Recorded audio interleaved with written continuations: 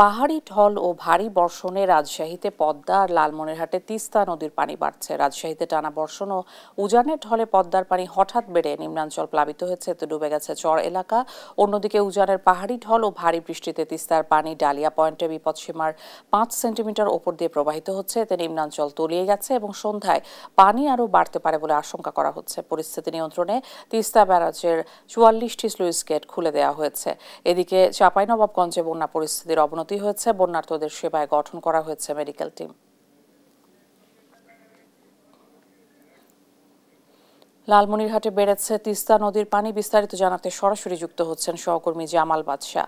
জামাল, বর্তমান পরিস্থিতি কি? পানি বাড়ায় কোন কোন এলাকা প্লাবিত হয়েছে? ইশিকা, গতকাল সকাল থেকে টানা বর্ষণ এবং ভারত থেকে উজানের যে ঢলের পানি সেটি তিস্তা নদীতে নামার কারণে কিন্তু তিস্তা নদীর পানি বৃদ্ধি পেতে শুরু করেছে গতকাল সকাল থেকে, এবং গতকাল বিকেলবেলা বিপদসীমার ১ সেন্টিমিটার উপর দিয়ে প্রবাহিত হয়েছে এবং রাতে পানি কিছুটা কমলেও আজকে সকাল ৬টায় তিস্তার ডালিয়া ব্যারাজ পয়েন্টে পানি বিপদসীমার ৭ সেন্টিমিটার উপর দিয়ে প্রবাহিত হয়েছে এবং কিছুক্ষণ আগে আমরা খবর নিয়ে দেখেছি পানি বর্তমানে বিপদসীমার ৫ সেন্টিমিটার উপর দিয়ে প্রবাহিত হচ্ছে এবং এই তিস্তার পানি হঠাৎ বৃদ্ধি পাওয়ার কারণে তো তিস্তার ভাটি অঞ্চলে নদী তীরবর্তী লালমনিরহাটের ৫ উপজেলার নিম্নাঞ্চলে কিন্তু পানি প্রবেশ করতে শুরু করেছে।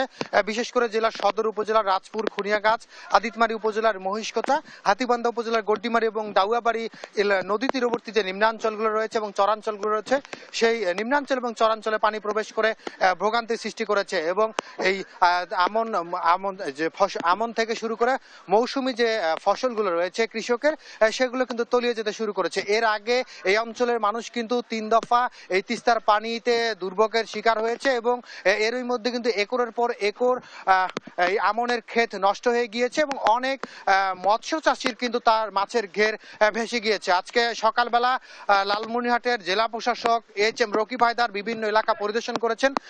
আমরা কথা বলেছি তার সাথে, তিনি জানিয়েছেন যে নিম্নাঞ্চলে পানি প্রবেশ করে যে মানুষদেরকে ভোগান্তিতে ফেলেছে তাদের তালিকা করে জেলা প্রশাসনের পক্ষ থেকে তাদেরকে সহায়তা করা হবে। আর পানি উন্নয়ন বোর্ডের সাথে কথা বলেছি, পানি উন্নয়ন বোর্ড জানিয়েছে টানা বৃষ্টি আগামী 2 দিন অব্যাহত থাকতে পারে এবং উজানের ঢলের পানি কিন্তু আসা অব্যাহত রয়েছে, সে কারণে কিন্তু তিস্তার পানি আরো বাড়তে পারে এবং সেক্ষেত্রে তিস্তার নিম্নাঞ্চল এবং চরাঞ্চলের মানুষরা কিন্তু অনেকটাই আতঙ্কিত অবস্থা রয়েছে। তারা কিন্তু স্বল্পমেয়াদী বন্যায় দুর্ভোগে পড়তে পারে বলে ধারণা করছে। সব মিলিয়ে তিস্তার পানি হ্রাস-বৃদ্ধি অব্যাহত রয়েছে এবং মানুষ কিন্তু ভোগান্তিতে রয়েছে। এই ছিল লালমনিরহাটের তিস্তা পাড় থেকে সর্বশেষ খবর। ইশিকা।